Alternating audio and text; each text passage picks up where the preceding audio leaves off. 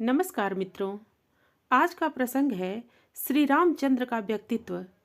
मित्रों, श्री रामचंद्र का व्यक्तित्व ऐसे उच्च मानवीय गुणों से संपन्न था कि आज भी उनका जीवन आदर्श मनुष्य बनने की प्रेरणा देने वाला अक्षय स्रोत बना हुआ है। श्री रामचंद्र के जीवन की मुख्य घटनाओं तथा प्रसंगों से उनके चरित्र की श्रेष्ठता का पता चलता है।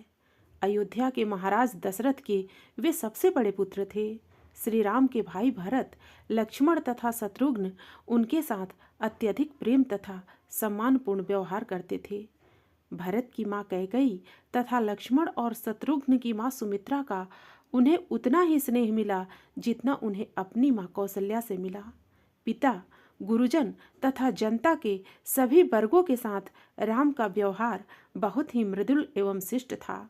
अपने छोटे भाइयों को प्रसन्न करने के लिए वे खेल में स्वयं हार कर उनको विजयी बना देते थे। ऋषि विश्वामित्र राक्षसों के उपद्रव के कारण आश्रम में यज्ञ नहीं कर पा रहे थे। आश्रम वासियों की रक्षा और निर्विघ्न यज्ञ करने में सहायता के लिए वे राजा दशरथ के पास आए। ऋषि ने राजा से राम और लक्ष्मण को मांगा। पिता की आज्ञा मानकर राम और लक्ष्मण ऋषि के साथ आश्रम पहुंचे।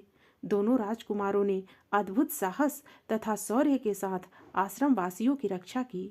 अत्याचारी राक्षसों का दमन कर उन्होंने आश्रम और उनके आसपास शांति स्थापित की। इसी बीच विश्वामित्र को जनकपुर में राजकुमारी सीता के स्वयंवर का समाचार प्राप्त हुआ। राजा जनक ने यह शर्त रखी कि शिव के धनुष को उठाकर उसकी प्रत्यंचा चढ़ाने वाले के साथ ही सीता का विवाह किया जाएगा। अपने गुरु का आदेश पाकर श्री राम ने शिव धनुष को उठाया और प्रत्यंचा चढ़ाते ही शिव धनुष टूट गया। सीता के साथ विवाह के बाद राम अयोध्या लौटे और उनका जीवन सुखपूर्वक व्यतीत होने लगा। अब राजा दशरथ वृद्ध हो चले थे। वे राम का युवराज पद पर अभिषेक कर शासन के भार से मुक्त होना चाहते थे। उनकी इच्छा अनुसार अभिषेक की तैयारी होने लगी। तभी दासी मंथरा ने कैकेयी के कान भरे। मंथरा के बहकावे में आकर कैकेयी ने राजा से 2 वर मांगे, जिनके लिए राजा पहले वचन दे चुके थे। इन वरों का संबंध देवासुर संग्राम की घटना से था। उनमें दशरथ ने देवों के पक्ष में असुरों के विरुद्ध युद्ध किया था। युद्ध स्थल में कैकेयी ने बड़े साहस के साथ राजा की सहायता की थी। इससे प्रसन्न होकर राजा ने कैकेयी को 2 वरदान मांगने को कहा था। कैकेयी ने उस समय वरदान नहीं मांगे और भविष्य में कभी मांग लेने की बात कही थी। अब कैकेयी ने राजा को उन्हीं वचनों का स्मरण कराते हुए 2 वरदान मांगे। एक वरदान में उसने पुत्र भरत के लिए अयोध्या का राज्य मांगा और दूसरे में राम के लिए 14 वर्ष का वनवास। राजा बहुत ही दृढ़ प्रतिज्ञ थे और प्रण के पालन के लिए वे अपने प्राण की भी चिंता नहीं करते थे। अपने प्रिय पुत्र राम को वनवास देने की कल्पना ही उनके लिए अत्यधिक कष्टदायक थी। फिर भी वचन के धनी राजा ने अपना प्रण निभाया। राम के वियोग में दशरथ का जीवित रह पाना कठिन था, किंतु उन्होंने प्रण नहीं छोड़ा। राम पिता की आज्ञा को शिरोधार्य कर सहस्र वन के लिए चल पड़े। उनके साथ सीता और लक्ष्मण ने भी वन की राह पकड़ी। राम की अनुपस्थिति में राजा दशरथ की मृत्यु हो गई। भाई भरत राम को मनाकर अयोध्या वापस लाने के लिए चित्रकूट गए। उस अवसर पर भी राम ने पिता की आज्ञा के पालन पर दृढ़ रहने का संकल्प दोहराया और वनवास की अवधि पूरी होने पर अयोध्या लौटने का आश्वासन दिया। जब वे अयोध्या से वन की ओर जा रहे थे, तब नदी पार करते समय उनकी भेंट निषाद राज गुह से हुई। गुह ने भाव विभोर होकर उनका स्वागत किया।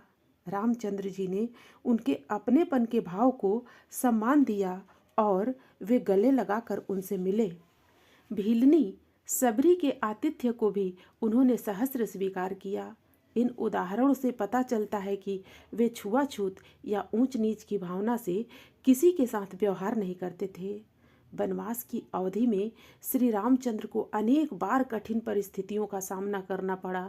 जब वे पंचवटी में कुटी बनाकर रह रहे थे, तब लंका के राजा रावण की बहन शूर्पणखा वहां आई। रामचंद्र जी को देखकर वह आकृष्ट हुई और उसने उनके साथ विवाह का प्रस्ताव रखा। रामचंद्र जी विवाहित थे और उनकी पत्नी सीता जी उनके साथ थीं। उन्होंने शूर्पणखा के प्रस्ताव को ठुकरा दिया।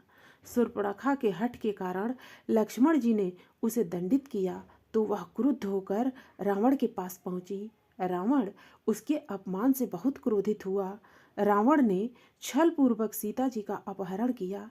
रामचंद्र जी ने सीता जी की खोज की। हनुमान ने लंका जाकर सीता जी का पता लगाया।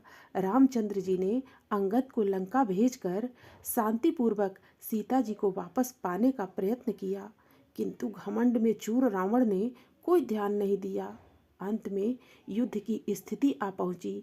संकट की इस स्थिति में भी रामचंद्र जी ने अयोध्या से कोई सहायता नहीं मांगी। उन्होंने भरत को इस संबंध में कोई समाचार नहीं भेजा।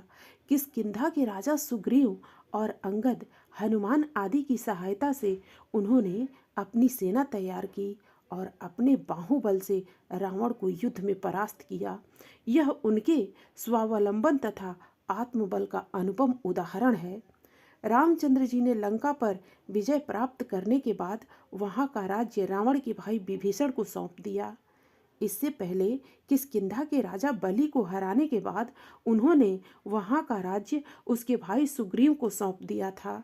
यह निर्णय बहुत ही बुद्धिमत्तापूर्ण और दूरदर्शितापूर्ण था।